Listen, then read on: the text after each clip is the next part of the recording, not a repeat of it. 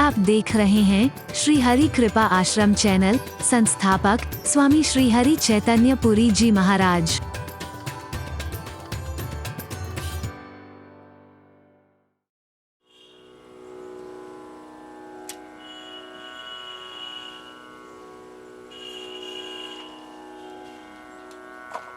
इतना अनमोल है जीवन का एक एक क्षण। जो इसकी कदर नहीं करता उसका जीवन में कोई मोल भी नहीं होता है।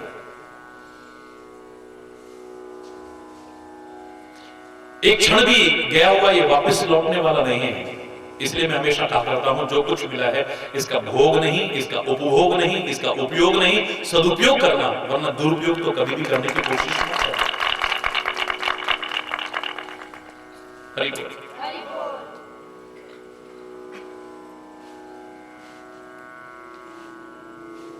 जो बीत गया सो बीत गया, अब तो कम से कम संभालना। जो गलतियां हो गई हो कम से कम अब तो हम उन्हें न दोहराएं। खोजने की कोशिश तो करो। अगर कुछ बनने की चाह है मन में, कुछ पाने की चाह है मन में, जीवन को सार्थक करने की चाह है मन में, तो वरना कीट मकोड़ों की तरह कितने लोग आए कितने चले गए, कोई जान भी नहीं पाता है। हरि बोल। जोर से बोलो हरि बोल। यूं ही गवा दिया, यूं ही।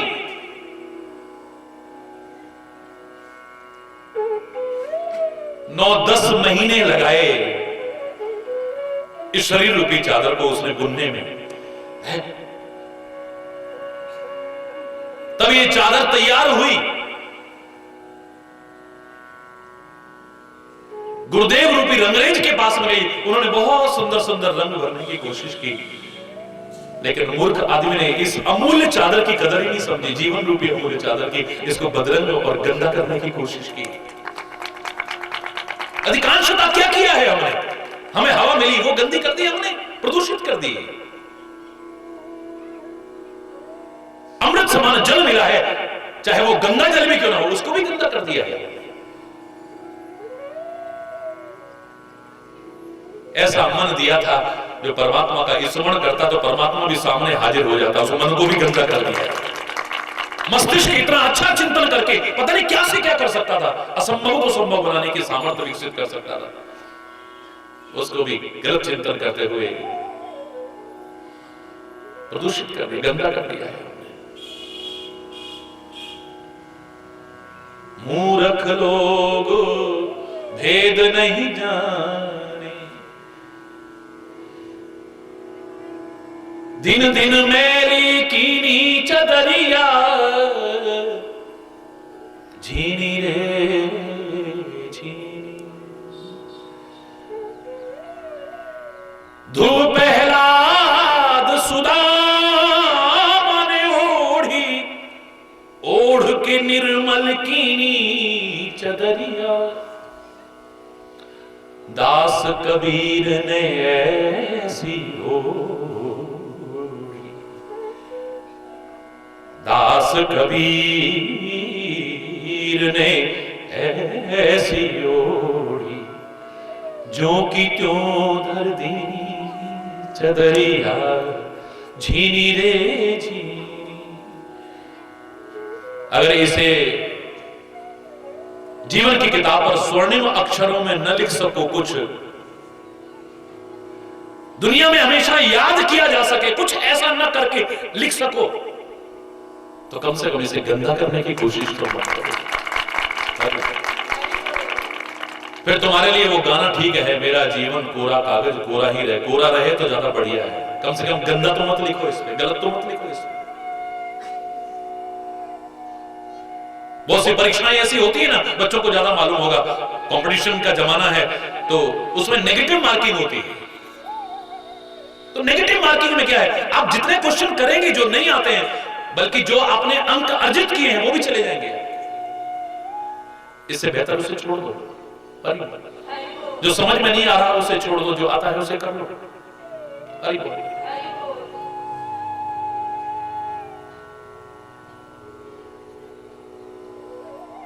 जीव गलती का पुतला है, जो अक्सर हो ही जाती है। No problem. जीव गलती का पुतला है जो अक्सर हो ही जाती है, पर जो गलती कर सुधर जाए उसे इंसान कहते हैं। और खाली सुधर ना जाए, जो गलती को न दोहराए, रिपीटेशन ना हो गलती की, जो गलती को न दोहराए उसे इंसान कहते हैं। रहे इंसानियत जिसमें उसे इंसान कहते हैं। जीव है, गलती होना स्वाभाविक है, लेकिन वो जीव इंसान नहीं है जो गलती करके सुधरे नहीं, या गलतियों को बार बार दोहराने की कोशिश करे।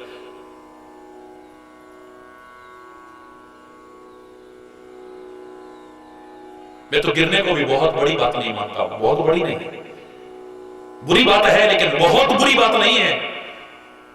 किसी शायर ने तो आपको हिम्मत बंधाई थी, ये गिरते हैं सवार ही मैदानी जंग में, वो क्या खाक गिरेंगे जो घुटनों के बल चले।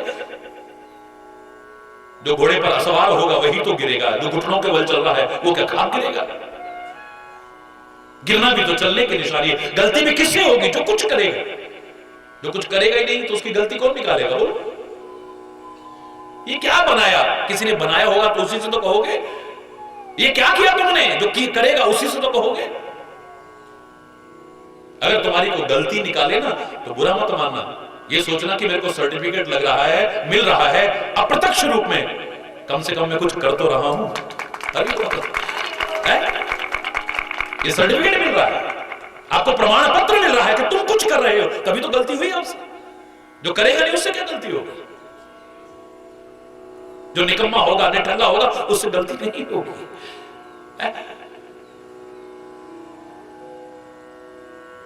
कभी इंसान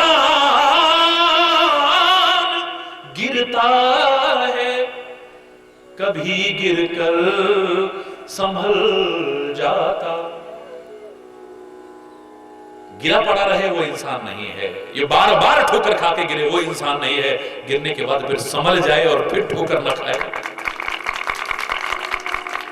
इसलिए तो आप नवरात्रि में भी आप अखंड ज्योति जलाते हैं, या कोई भी धार्मिक अनुष्ठान होता है तो पहले ज्योति जलाते हैं, दीपक जलाते हैं, जो आपको संदेश दे रही थी अपने जीवन को प्रकाश में, ज्ञान के उजालों में जीने की कोशिश करना। ठोकरों से बच जाओगे, वरना ठोकर खाते रहोगे। दीपक की लौ की तरह अपने जीवन को ऊर्ध्वगामी रखना, अधोगामी मत, पतन की ओर मत ले जाना, उच्चता की ओर ले जाना।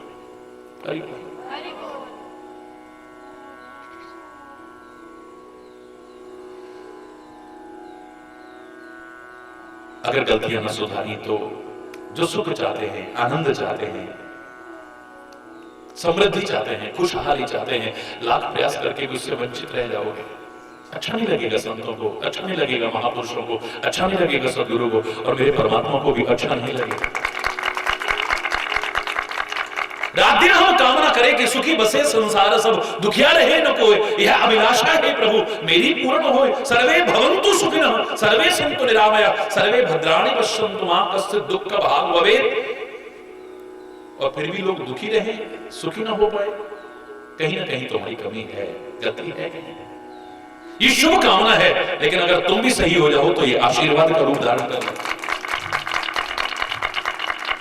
ये शुभ कामना नहीं रहेगी, फिर शुभ आशीर्वाद लग जाएगा। फिर सफलता की संभावना पूरी की पूरी होगी, 100% होगी।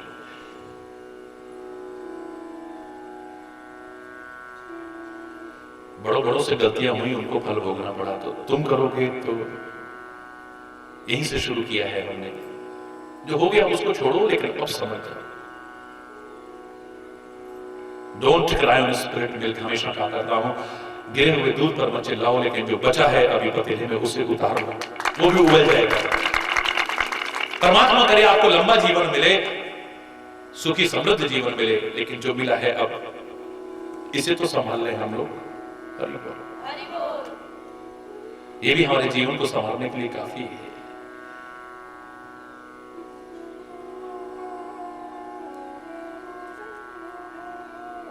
साक्षात जगदम्बा का रूप नवरात्रि में ही इसलिए मैं प्रारंभ कर रहा हूं। लेकिन एक स्वरूप से गलतियां हुई तो उसको भी क्या खामियाजा भोगना पड़ा। हरि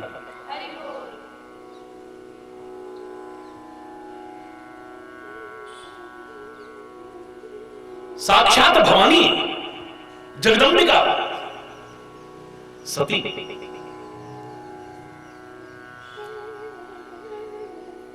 आप इतिहास में पढ़ के देखिए, गलती हुई तो उसका क्या फल भोगना पड़ा।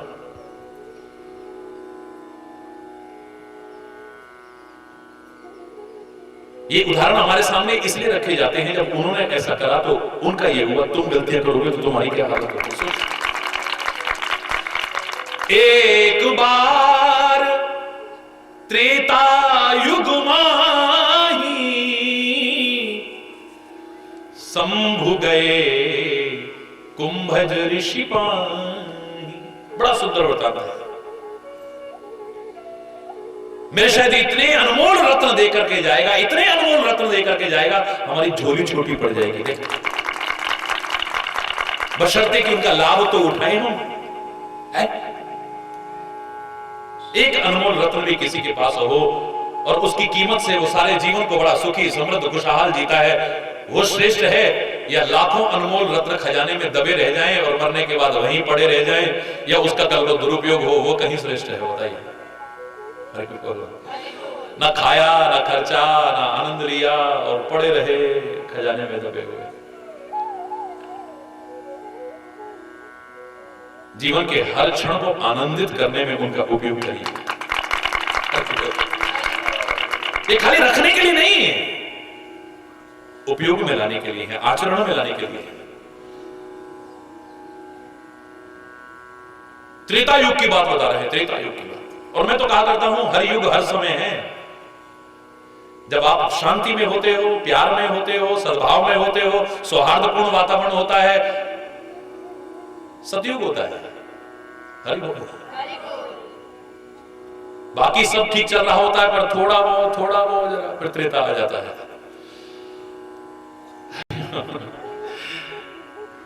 और जब अच्छी वाली सुख शांति चल रही है, अच्छा वाला वातावरण चल रहा है और उसमें कला कलेश भी हो जाए और ये भी दोनों तरह का चलता है, तो समझ लो आप द्वापर आ गया है। और जब बात बात में घर में अशांति हो, कला कलेश हो, मनमुटाव हो, वैर विरोध हो, ईर्षा हो, द्वेष हो, घृणा हो, गंदे व्यसन हो, बिल्कुल नरक जैसा जीवन, वही कलयुग है। और क्या? मैं तो ये कहूंगा कि यहाँ पर कलयुग कहाँ है? लोग खाली वो आपको बेवकूफ बनाते रहते हैं, अब वो महाप्रलय आने वाली है और फलाना, और मैं कब से बचपन से सुनते आ रहे हैं इस सन में आ जाएगी। फिर समाचारों में बने रहने के लिए या समाचार बनाने के लिए तरह तरह की बातें बनाते रहते हैं। मैं तो कहा करता हूं हर समय हर युग मौजूद है। हरि बोल। हर समय हर युग मौजूद है। इस कलयुग को जाने की आवश्यकता नहीं है, कलयुग के जाने की प्रतीक्षा करने की आवश्यकता नहीं है। आप अपने जीवन को संवारो, इसी में सतयुग के दर्शन हो जाएंगे। ये पर यहां पर क्या है? इसे आप क्या कहेंगे? अभी इस समय यहां पर क्या है? बोलो। हकीकत बता रहा हूं, सतयुग के दर्शन में।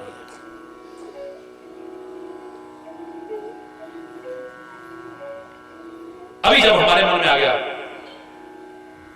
हम तो इतनी देर से आके बैठे थे और हमको तो वो देखा, वो आया, युग बदलना शुरू हो गया। पीछे चल, और थोड़ा युग बदल गया। और अभी अगर लड़ाई बढ़ाई हो जाए तो बेशक फिर हरि बोल जोर से। एक ही समय में आपको चारों युगों के दर्शन हो सकते हैं। सतयुग के दर्शन करना, कलयुग में सतयुग के दर्शन करना।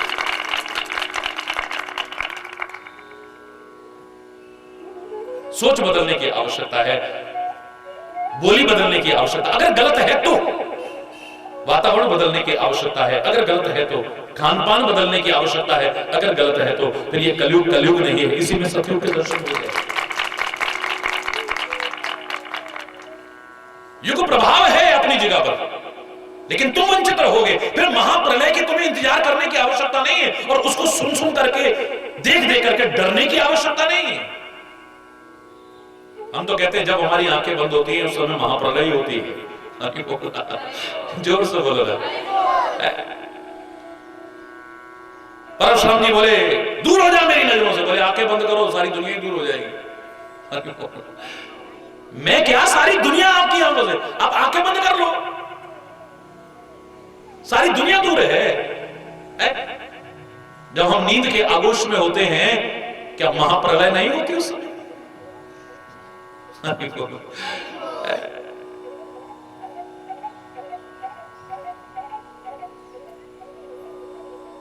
एक बार त्रेता युग माही, वंस अपॉन ए टाइम,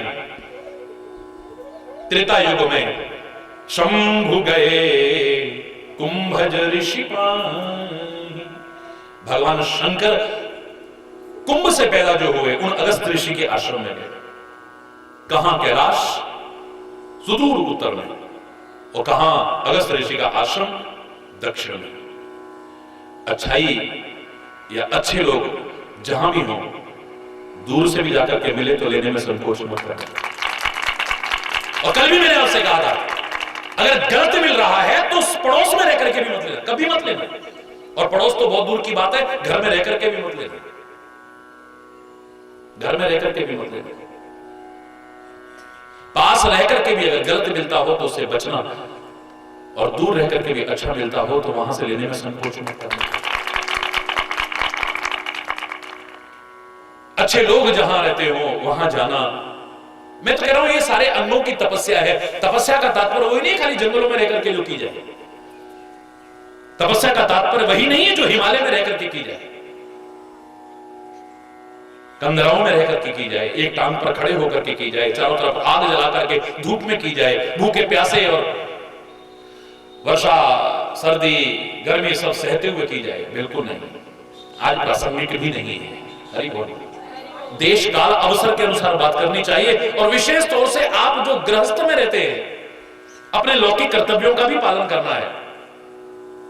आपको तो उस पुल पर चढ़ाने की आवश्यकता है जो लौकिकता और पालौकिकता को जोड़ने की कोशिश करता है। आप लौकिक कर्तव्यों का पालन करते हुए भी पारलौकिक मार्ग पर कैसे आगे बढ़ सके, छोड़ करके नहीं, वो सिखाने की आवश्यकता है। तो यही तपस्या करो ना, अपने गृहस्थ को ही तपोवन बनाओ ना।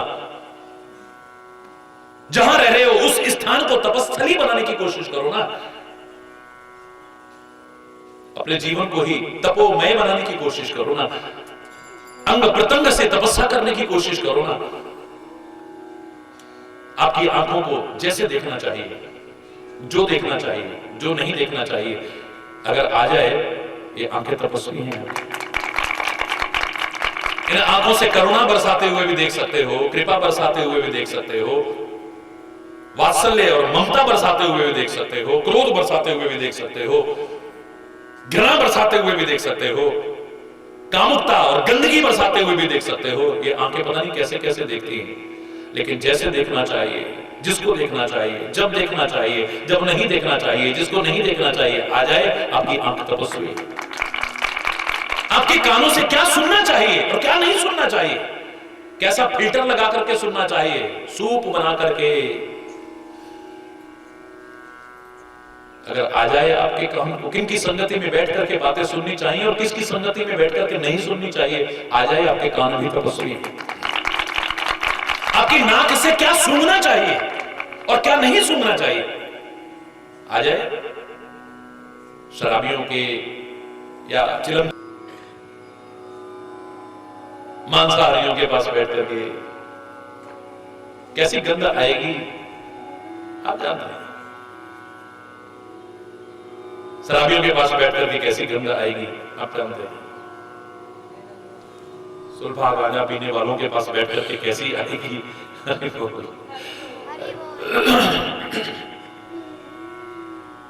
नाक से जो सूंघना चाहिए ये आ जाए तो आपकी नाक अभी तपस्वी है। ये जवान से जो बोलना चाहिए और जो नहीं बोलना चाहिए, कब बोलना चाहिए और कब नहीं बोलना चाहिए, कितना बोलना चाहिए, किससे बोलना चाहिए और किससे नहीं बोलना चाहिए, अगर आपकी जवान को ये आ गया और कैसा बोलना चाहिए, आपकी जवान भी तपस्वी है। इसकी बड़ी तपस्या आप किसकी होगी बताइए? दुनिया का बड़ा से बड़ा तपस्वी हजारों वर्ष तपस्या करके आए, ऊपर से कौवे ने बीट भी कर दी तो जला के खाक कर दिया उसको। उसको जलाया नहीं, अपनी तपस्या को जला दिया। हरि बोल। क्रोध पर नियंत्रण नहीं है, बदले की भावना पर नियंत्रण नहीं है, विकारों पर नियंत्रण नहीं है, इतनी तपस्या करके दुनिया में मुझे इसके जैसा तपस्वी नजर नहीं आया। हमारी जीभ की तरह कठोर दांतों का साथ करती है, लेकिन कठोरता अपने अंदर नहीं आने देती है। हरि अब क्या करें, संग ऐसा है तो इसलिए हो ही जाता है। क्यों? कठोर दांतों का साथ करती है और अकेली बीच में कोमल है, लेकिन अपनी कोमलता को खत्म नहीं होने देती है, उनकी कठोरता अपने अंदर प्रवेश नहीं करने देती है।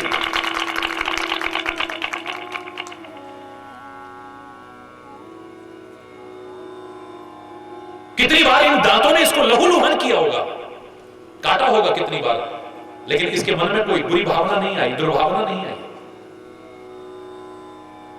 बल्कि उन दांतों में अगर दर्द हुआ होगा, दवा बाद में आती है, डॉक्टर बाद में आता है, ये पहले से लाती है, कोमल स्पर्श देती है, घबराना ठीक हो जाएगा, घबराना ठीक हो जाएगा, घबराना ठीक हो जाएगा। उन्हीं दांतों के दर्द से ये पीड़ित हो जाती है जिन्होंने इसको कितनी बार काटा होगा। वाह, उन्हीं दांतों में कोई कण फंस जाए, तिनका फंस जाए, सड़न पैदा ना हो जाए, नुकसान ना हो जाए, जब तक निकल नहीं जाता इसको चैन नहीं आती। वो दांत हैं जो इसको काटते हैं कितनी बार। इससे बड़ी तपस्या पर क्या हो सकती है? तभी तो जिन्होंने तपस्या को बरकरार रखा है, उनकी जबान से जो निकलता है वो सत्य सिद्ध होकर रहता है। खाली संतों के नहीं, महाराज जी आपने ऐसा कहा, देखा वैसा ही हो गया, आपने वो कहा वैसा हो, तुम कहोगे तो भी सच होगा। अगर इस जीव की तपस्या को बरकरार रखो तो, इसकी कोमलता को बरकरार रखो तो, इसमें कठोरता ना आने दो तो, इसमें कठोरता ना आने दो तो, हरि बोल। ये जीव भी तपस्वी है। इस मुख से जो खाना चाहिए और जो नहीं खाना चाहिए, कितना खाना चाहिए, आ जाए, आपका मुख भी तपस्वी हो जाएगा।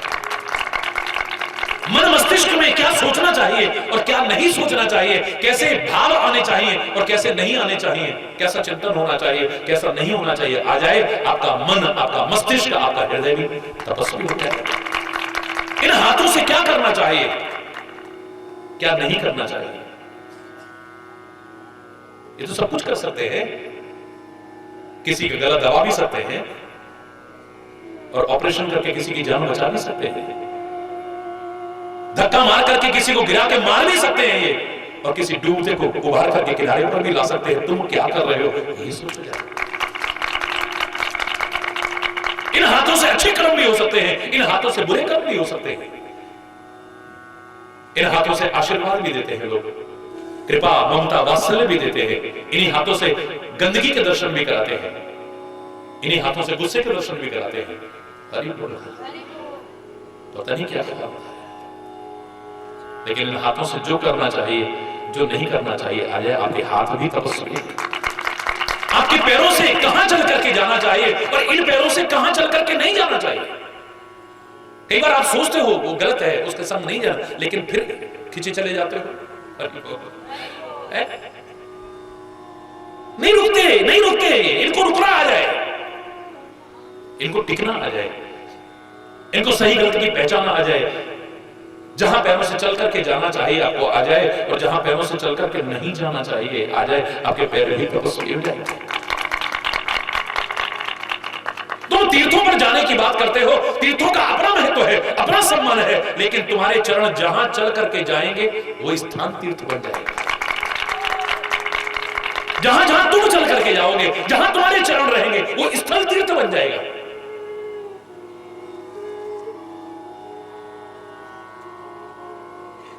ये तपस्या आए तो सही। इस प्रसंग में अपने जीवन को ढालना, अपने आप को रखना और जो जो प्रेरणा मिलती जाए उसे लेते जाना, बड़ा आनंद आएगा, शायद सोचा भी नहीं होगा। भगवान शिव जाते हैं कुंभ ऋषि के पास में, अगस्त ऋषि के पास जाते हैं।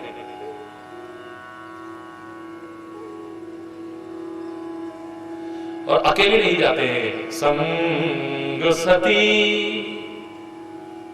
जग जननी भवानी, संग सती जग जननी भवानी, संग सती जग जननी भवानी, संग सती। साथ में सती को लेकर के जा रहे हैं।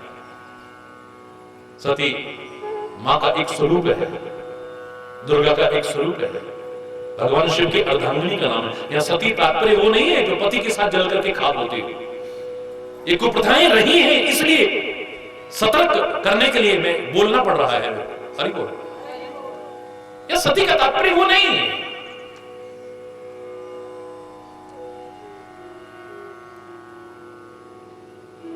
जो अपने सतीत्व की रक्षा करती है वो सती है, कुल की मर्यादाओं की रक्षा करती है वो सती है, जो नियमानुसार धर्मानुसार चलती है वो सती है।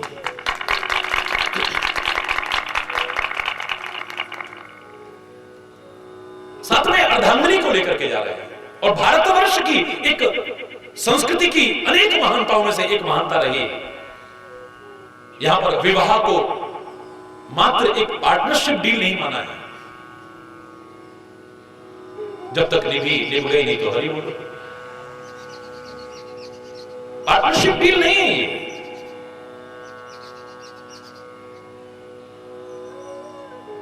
विवाह को धर्म विवाह कहा जाता है, वहां भी धर्म शब्द जुड़ा है। भारत में एक महाभारत के दर्शन आपको होते हैं, लेकिन आश्चर्य की बात है वहां पर भी अगर संदेश उभर करके आता है तो सबसे पहला शब्द जो उभर करके आता है वो धर्म आता है। धर्म क्षेत्र कुरुक्षेत्र है। उस कुरुक्षेत्र को नहीं, जीवन के कर्म क्षेत्र कुरुक्षेत्र को भी धर्म क्षेत्र बनाना, इसे अधर्म क्षेत्र बनाने की कोशिश मत करना। हमारा कुरुक्षेत्र भी धर्म क्षेत्र बने, अधर्म क्षेत्र न बने। विवाह को धर्म विवाह कहा है, पत्नी को मात्र भोग्या नहीं कहा है, संतान पैदा करने की मशीन नहीं कहा है, धर्म पत्नी कहा है। जो धर्म में भी सहभागी बनेगी उसे धर्म पत्नी कहते हैं। कोई भी धार्मिक अनुष्ठान अधूरा माना जाता था अगर धर्म पत्नी साथ में न हो तो। गृहस्थ में एक नियम बनाया गया था, भगवान राम भी अगर यज्ञ कर रहे हैं और सीता उस समय वनवास में है, इसी संस्कृति के इस बिंदु की महानता को उजागर करने के लिए चाहे स्वर्ण प्रतिमा ही बना करके बिठाना पड़ा है। हरि बोल, जोर से बोलो।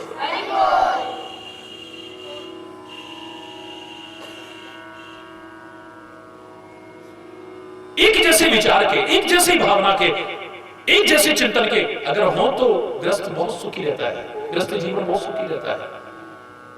क्षमा चाहते हुए तभी मैं कहा करता हूं, आप जन्मपत्री मिलाते हो, गुण मिलाते हो, सब कुछ मिलाते हो, मेरा कोई विरोध नहीं, कोई बुराई नहीं, आप करते हो, बहुत अच्छी बात है। लेकिन आप लोग ही मुझसे पूछा करते हो कि महाराज जी हमारे बच्चे दुखी हैं, उनके लिए कुछ बताइए। आप ही कहते हो हमारे बच्चे सुखी रहे महाराज जी, ऐसा कोई आशीर्वाद दो, क्या करें? तब मुझे मजबूर होकर के कहना पड़ रहा है, आप जन्मपत्री मिलाओ या ना मिलाओ ये तुम्हारे ऊपर निर्णय छोड़ता हूं।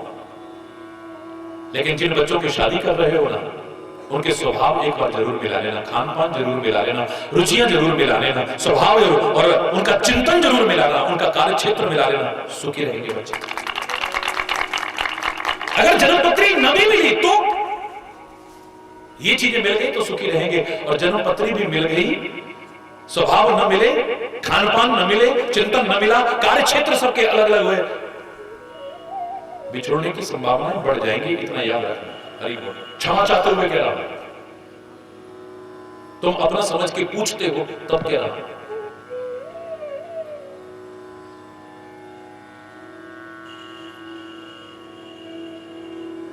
दो पहिए हैं एक गाड़ी के, बराबर होने चाहिए, एक जैसे होने चाहिए। मजबूरी में थोड़ी देर के लिए आप, हो सकता है कि मारुति में आप दूसरी गाड़ी का टायर कभी लगाना पड़ जाए तो वो भी नुकसान पहुंचा जाएगा, याद रखना। आगे बोल,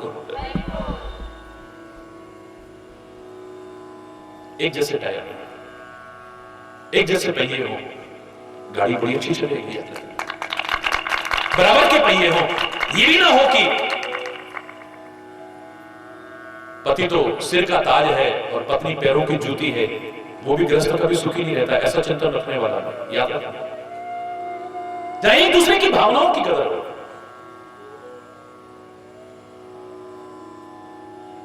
एक दूसरे के विचारों की कदर हो,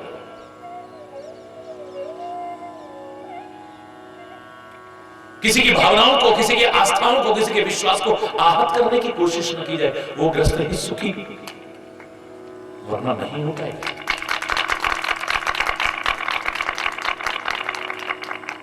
तुम जाओ, मैं नहीं जा रही है, सब बेकार है क्या? तो तुम्हें तो बस पूजा पाठ सोचती है, या वो आएगा तो, ये भी गलत हो जाता है ना। दोनों में से कोई भी अगर विपरीत स्वभाव का है तो खटकने की संभावनाएं ज्यादा हो जाएंगी। कोशिश करो, और वरना अगर दैव योग से ऐसा हो गया है तो अपने अंदर में अच्छी भावनाएं बरकरार रखते हुए प्रभु से प्रार्थना करते रहो कि परमात्मा हमारे परिवार में अनुकूलता का वातावरण हो, सारे एक जैसे चिंतन के हो, सारे एक जैसे स्वभाव के हो, सारे एक जैसे वातावरण। परमात्मा आप ही कृपा करो।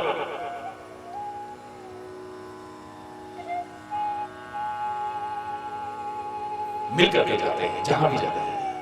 मजबूरियां हैं तो अलग बात है। मैं नहीं कह रहा कि अब इस समय सत्संग का टाइम है तो जो ऑफिस वाला है वो ऑफिस छोड़ दे क्योंकि आज सत्संग में जाना है। वैसे मौका लगे तो वर्ष में कभी कभी मौका लगता है। मजबूरियों में कितनी बार छुट्टियां ली होंगी।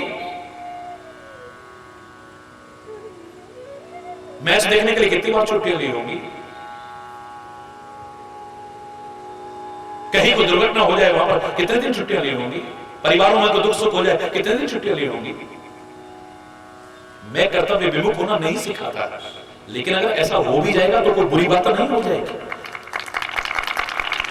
अगर ऐसा करना भी पड़ जाए, लेकिन अगर मजबूरी है, अभी छुट्टियां बाकी नहीं है, छुट्टियां मजबूरी में काफी ले चुके हो, अब ये नहीं कि महाराज जी आए तो छुट्टियां लो, बिल्कुल नहीं। वहां जाना जरूरी, जाओ, कोशिश करो, सब मिलकर के आओ, परिवार के सारे सदस्य मिलकर के आओ। लेकिन अगर किसी की मजबूरी है तब मैं नहीं कर रहा हूं आपसे।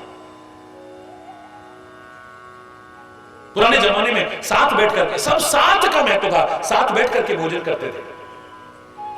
दिन भर में कोई गिला शिकवा होता था ना तो वो दूर हो जाता था शाम तक, क्योंकि अगर दूर नहीं होगा तो साथ बैठ के भोजन नहीं कर सकता।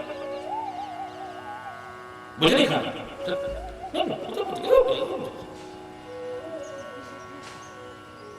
तो परिवार के लोग क्या कहते थे, आज हम भी नहीं खाएंगे, तुम नहीं खाओगे तो हम भी नहीं खाएंगे। कौन ऐसा पत्थर दिल होगा, बोलो। साथ बैठ करके भोजन करो। ये जो रीति बनी थी गलत नहीं बनी थी। पूजा पाठ करते थे, अभी भी रीति है, सारे परिवार को बुलाओ, पूजा पाठ होनी है। क्यों? बिरादरी तक को बुलाते थे लोग।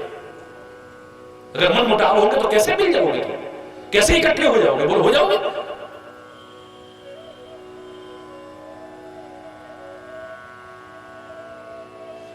शाम को बैठते थे, साथ बैठ करके थोड़ी देर कीर्तन करते थे, सत्संग करते थे, पूजा पाठ करते थे।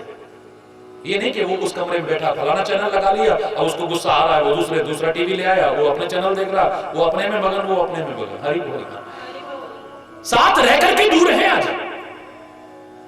मैं तो कई बार कहा करता हूं एक वाक्य में, आपको भी गलत नहीं लगेगा, कि लोगों की दूरियां कम हो गई हैं।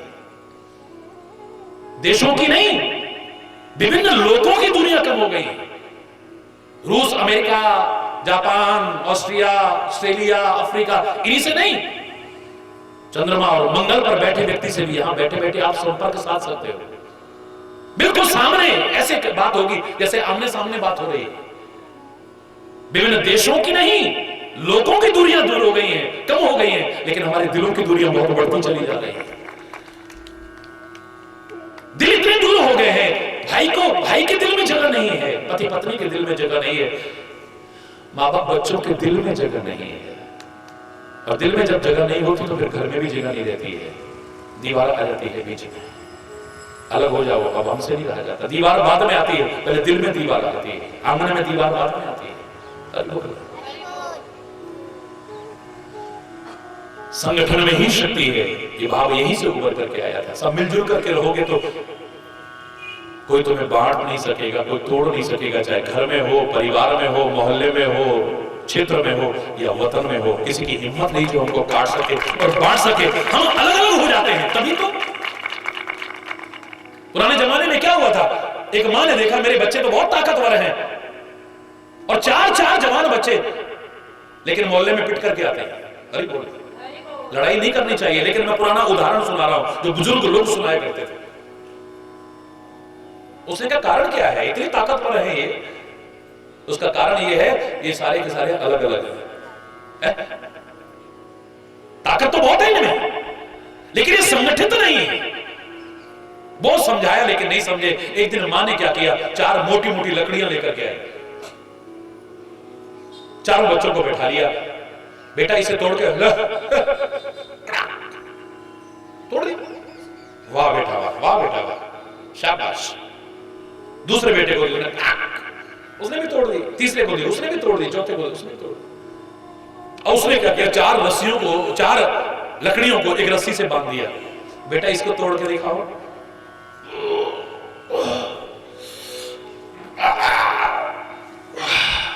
पसीने पसीने हो गए, हाँफने लगे, लेकिन रस्सी में बंधी हुई 4 लकड़ियां उससे टूटी, जोर से बोलो ना, नहीं टूटी।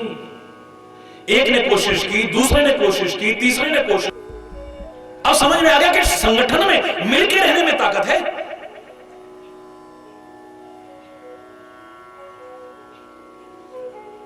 बाहर के लोग हमारे पर राज्य क्यों करके गए? उनकी नीति क्या थी? Divide and rule. हमको बांटते थे और हमारे पर राज करते थे। उनकी नीति यही थी। और आज भी लोग क्या कर रहे हैं? हमको जाति के नाम पर बांट देंगे, हमको धर्म के नाम पर बांट देंगे, हमको जगह के नाम पर बांट देंगे। अब तुम तो हमारे बिरादर ठहरे, फिर वोट तो हमको ही मिलेगा भी। ठीक ही ठहरा भी। अरे जोर से बोलो, और जोर से बोलो। किसको टिकट दिया जाए? क्योंकि इतने मतदाता इस जाति के हैं, इतने मतदाता इस जाति के, ये समीकरण बनते हैं।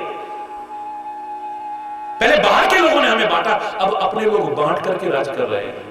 अरे बोल, मैं तो लोगों से कहा करता हूं, और ना काटो और ना बांटो और ना जख्म बढ़ाओ तुम, थोड़ी भी यदि लाज है बाकी समा की लाज बचाओ। कोई भाषा के नाम पर बांट रहा है, कोई जाति के नाम पर बांट रहा है, कोई धर्म के नाम पर बांट रहा है। देश की भी और समाज की क्या दुर्दशा हो रही है, किसी से छुपी हुई नहीं है। न समय से अगर संभले तो पश्चाताप के अलावा फिर हमारे हाथ में कुछ भी नहीं रहेगा। मिलजुल करके आगे बढ़ो। भगवान शिव सती को साथ में लेकर के जाते हैं, साथ साथ चलो। सहनावतु सहनौ भुनक्तु सह वीर्यं करवावहै तेजस्विनावधीतमस्तु मा विद्विषावहै।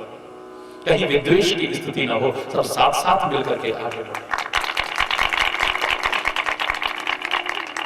क्या हुआ शेष कल आज यहीं पर अगर कोई गलत शब्द निकला हो उसके लिए क्षमा चाहता हुआ अपनी वाणी को विराम दूंगा। एक बार जोर से बोलेंगे, धर्म की, अधर्म का, प्राणियों में, विश्व का, गौ माता की, भारत माता की, गंगा माता की, संत समाज की, भारत की देवियों की, भक्त समाज की,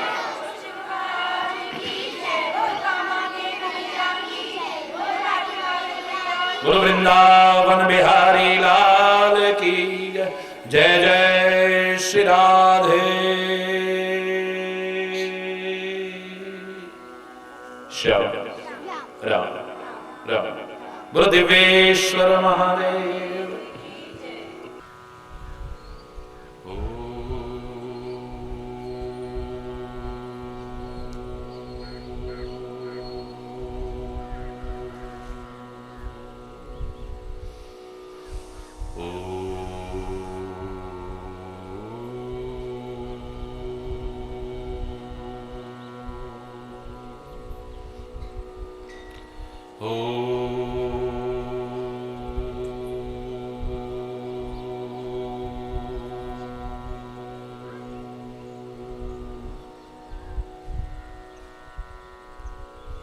सर्वे भवन्तु सुखिनः सर्वे सन्तु निरामयाः सर्वे भद्राणि पश्यन्तु मा कश्चित् दुःखभाग्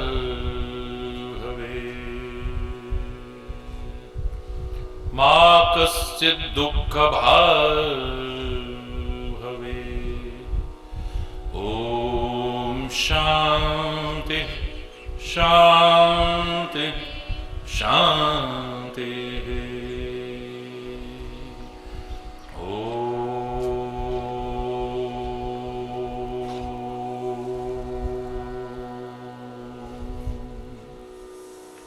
त्वमेव माताश्च पिता त्वमेव त्वमेव बन्धुश्च सखा त्वमेव त्वमेव विद्या द्रविणं त्वमेव त्वमेव सर्वं मम देव देव त्वमेव सर्वं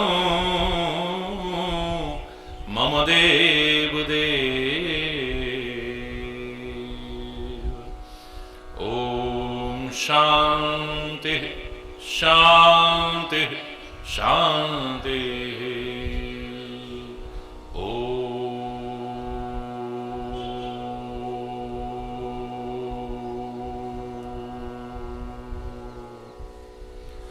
ध्यानमूलं गुरुर्मूर्ति पूजामूलं गुरुपदं मंत्रमूलं गुरुर्वाक्यं मोक्षमूलं गुरुकृपा।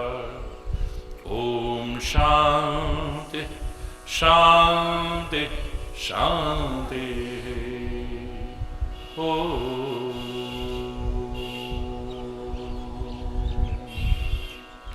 सर्वमंगलमांगल्ये शिवे सर्वार्थसाधिके शरण्ये त्र्यंबके गौरी नारायणी नमोस्तुते।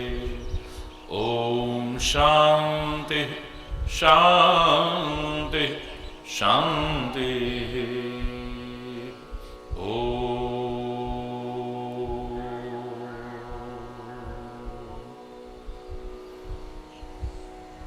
तेरी लीला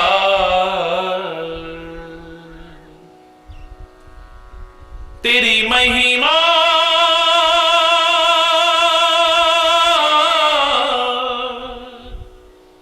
तेरी महिमा हरी है न्यारी न्यारी प्यारी प्यारी हरी हरी। जय जय नारायण नारायण हरि हरि।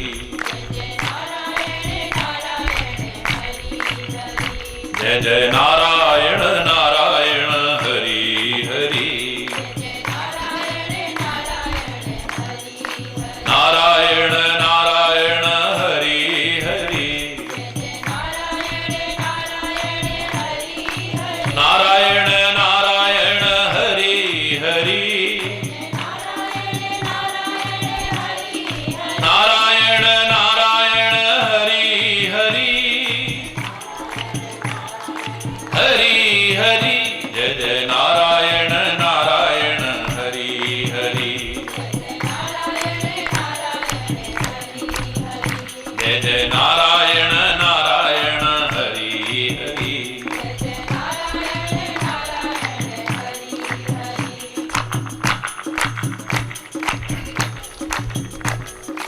हम आए शरण तिहारी हरि, हम आए शरण तिहारी हरि, अब राखो लाज हमारी हरि, अब राखो लाज हमारी हरि। हरि हरि जय जय हरि हरि, जय जय हरि हरि, जय जय हरि हरि, जय जय नारायण नारायण हरि हरि, जय जय नारायण, जय जय नारायण नारायण हरि हरि, जय जय नारायण। भक्तों के प्राण आधारे हरि, भक्तों के सारे जग के परम सहारे हरि, सारे जग के परम सहारे हरि हरि, जय जय हरि हरि, जय जय हरि हरि, जय नारायण नारायण हरि हरि, जय जय नारायण नारायण हरि हरि, जय जय नारायण नारायण हरि हरि, जय जय नारायण नारायण हरि हरि। हरि बोल। नारायण नारायण हरि हरि, नारायण नारायण हरि हरि, नारायण नारायण हरि हरि, जय जय नारायण हरि, नारायण नारायण हरि हरि, जय जय नारायण नारायण हरि हरि, हरि हरि, जय जय हरि हरि, जय जय हरि हरि, जय जय नारायण नारायण हरि हरि, जय जय नारायण नारायण हरि हरि, जय जय नारायण नारायण नारायण नारायण नारायण हरि हरि। महाराज की जय, बोलो कामा के कन्हैया की जय, बोलो लाठी वाले भैया की जय। हरि बोल, हरि बोल, हरि बोल। हरि बोल।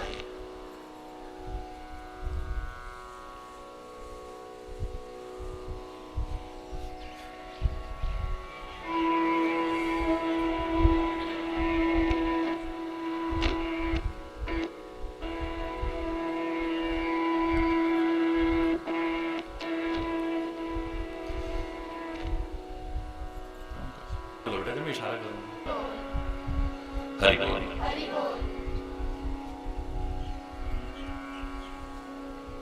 परमात्मा में, परमात्मा के चरित्रों में, सद्गुरु में, महापुरुषों में और जो हमारे हितैषी बड़े बुजुर्ग हैं उनमें आपको कोमलता के भी दर्शन होंगे और कठोरता के भी दर्शन होंगे।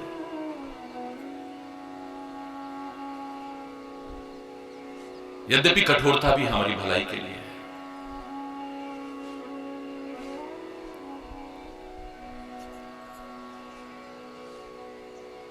लेकिन जीवन, आचरण, व्यवहार अगर अच्छा बन जाए तो हम उनकी कोमलता के ही अधिकारी बने।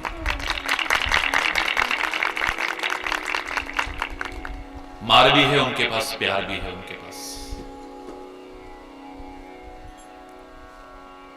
यद्यपि उनकी मार में भी प्यार छुपा है, उपकार छुपा है, दुलार छुपा है, लेकिन फिर भी उनके प्यार के अधिकारी बनना, उनकी मार के अधिकारी बनने की कोशिश न करें।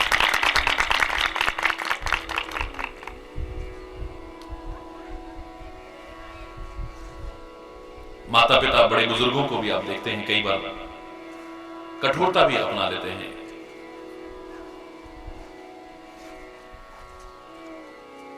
और कोमलता तो कितनी है, ये आज समझ में आए या ना आए, लेकिन जब हम माँ बाप बनेंगे तो हमें पता चलेगा माता पिता का हृदय कैसा होता है। ये जब तक हम माता पिता नहीं बने तब तक नहीं पता चलता है।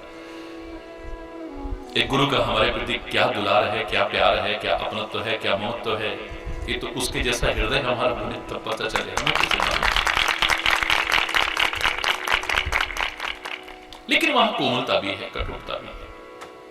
और जहां तक परमात्मा का सवाल है, वो तो असीम है, अनंत है, हर चीज में सबसे ऊपर है। मोहच्चई पदानाम नियंत्रत्वमेकम, सबसे ऊंचे पद पर प्रतिष्ठापित है, हर चीज में हमसे ऊपर है, इसलिए ऊपर वाला कह देते हैं उसे।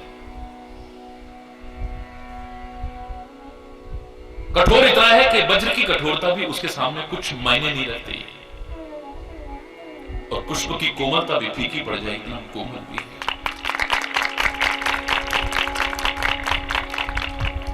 लेकिन कहीं ना कहीं हमारा जीवन, हमारा आचरण, हमारा स्वभाव, हमारे कर्म, हमारा चरित्र उनकी कोमलता और कठोरता के लायक हमें बनाता है। शंकर को क्या कहते हो आप? भोले भाले हैं। तो खाली भोले नहीं हैं, वो भोले भी हैं और भाले भी हैं, यानी कोमल भी हैं, कठोर भी हैं। कोमलता इतनी है कि इतना विकराल रूप में भी आप प्रार्थना करते हो तो क्या कहते हो? कर्पूर गौरम करुणावतारम, करुणा के अवतार नजर आते हैं। इतनी कोमलता, आंखों से करुणा ही करुणा टपकती है, कृपा ही कृपा, वात्सल्य ही वात्सल्य टपकता है। और कठोरता तो ऐसी है कि अगर तीसरा नेत्र खुल जाए तो प्रलय ही प्रलय है चालू। आशीर्वाद का हाथ भी है तो वहां त्रिशूल भी है, यद्यपि वो त्रिशूल भी हमारे शूल को खत्म करने के लिए है।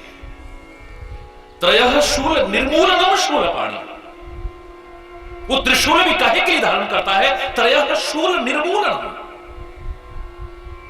तीन जो शूल हैं हमारे चुभे हुए, इनको निकालने के लिए, जैसे एक शूल चुभ जाए, कांटा चुभ जाए, उसको निकालने के लिए भी एक कांटे की आवश्यकता है, एक सुई की आवश्यकता है, किसी नुकीली चीज की आवश्यकता है।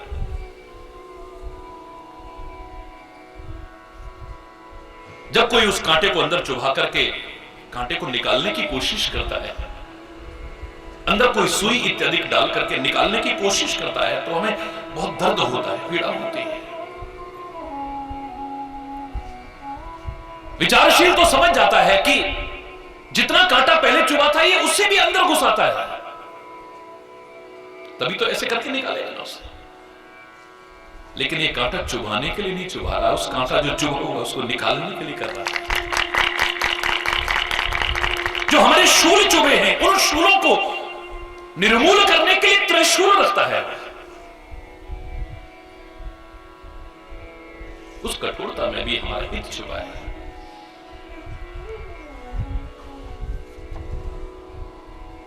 उसका प्यार छुपा है। फिर भी मैं कहूंगा कि हम कोमलता के अधिकारी बने। जितने अवतार हैं हमारे, आप सब में देखेंगे कि वहां कोमलता के भी दर्शन होते हैं, कठोरता के भी दर्शन होते हैं। एक और हाथ में चक्र सुदर्शन है, तो दूसरे हाथ में पद्म भी है। कमल की कोमलता तो अपने आप में मशहूर है। शंख चक्र गदा पद्म धारण करते हैं, पद्म कोमलता भी है। एक और अभय की मुद्रा है तो दूसरी ओर धनुष्मान है। एक और प्यार और ममता का हाथ है, हाथ में पुष्प है तो साथ में खड्ग भी है, या कोमलता भी है, कठोरता भी है।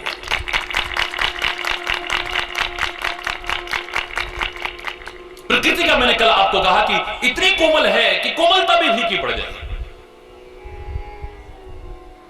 झरनों की कोमलता देखो, नदियों की कोमलता देखो, सागर की कोमलता देखो, पत्तियों की कोमलता देखो, पुष्पों की कोमलता देखो।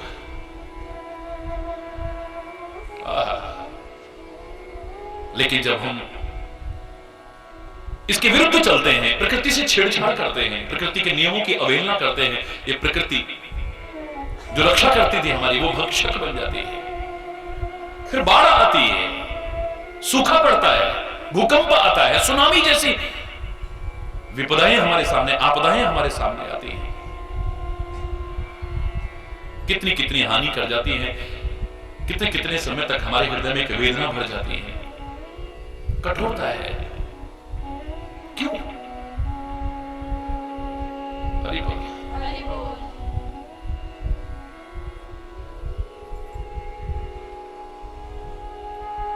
बिल्कुल वही परमात्मा के चरित्र के बारे में भी कहा है, परमात्मा के बारे में ही नहीं, वज्रादपि कठोरादि, खाली चरित्र के बारे में नहीं, प्रभु के बारे में, चरित्र के बारे में भी वही बात कही है।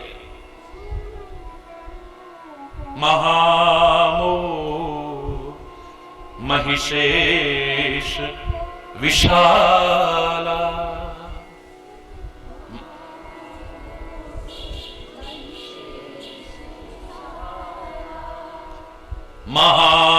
महामोह महिषेश विशाला,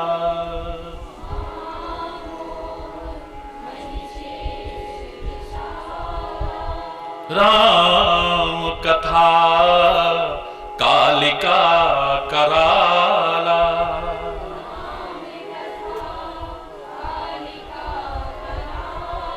राम कथा कालिका कराला,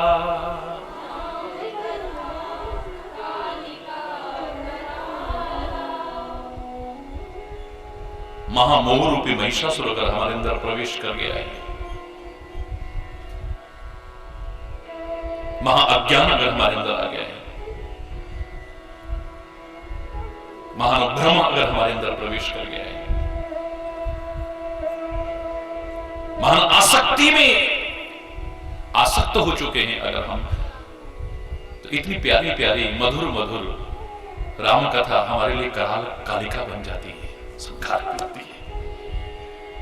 और अगर हमारे अंदर सज्जनता आ जाए तो हम चकोर बन करके पान करेंगे। राम कथा शशि किरण समान, राम कथा शशि किरण संत चकोर करहि जेहि पाना, संत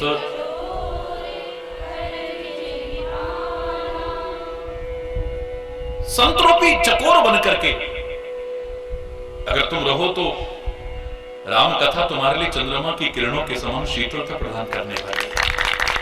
फिर उसमें विकरालता नहीं है, भयानकता नहीं है उसमें।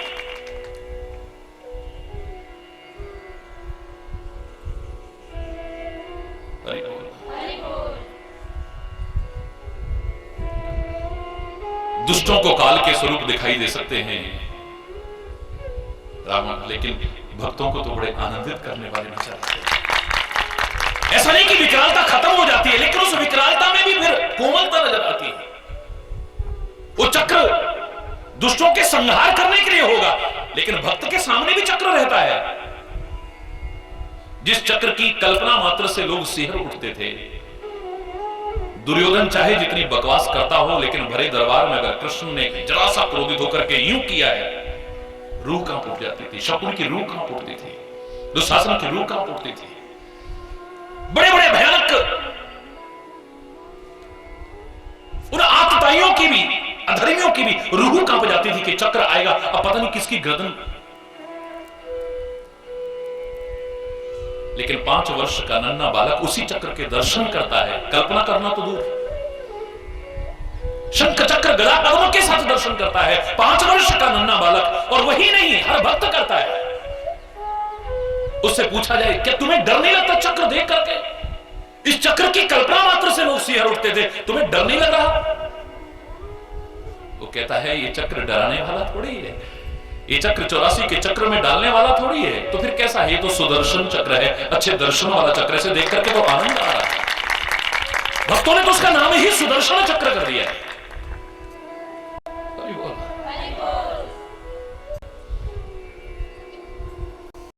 धारी के, अवध बिहारी के, दशरथ अजर बिहारी के हम दर्शन करके आनंद लेंगे। धनुष रूप धारण किए हुए भी हमें बड़ा अच्छा लगता है।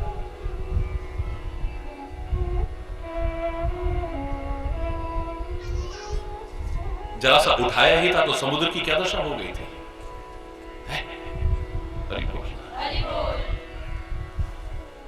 भयानक हालत हो गई थी, भयानक। आग लग गई थी उसमें। जरत जंतु जलनिधि सब जानिए, सारे लगे कि अब जल जाएंगे सारी के सारे।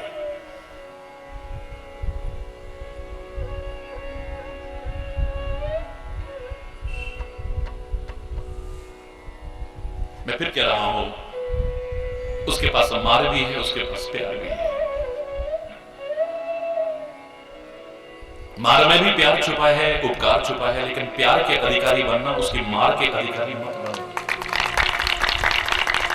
मार का तात्पर्य खाली थप्पड़ मारना या डंडा मारना ही नहीं होता है।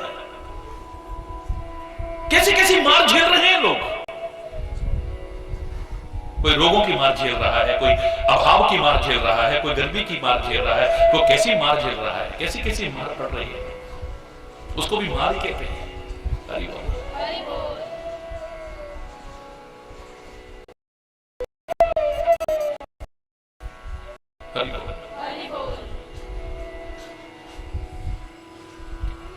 हमने जो चरित्र प्रारंभ किया है, एक समय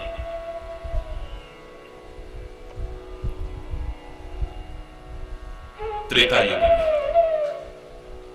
भगवान शिव उत्तर से सुदूर दक्षिण में अगस्त्य ऋषि के आश्रम में गए।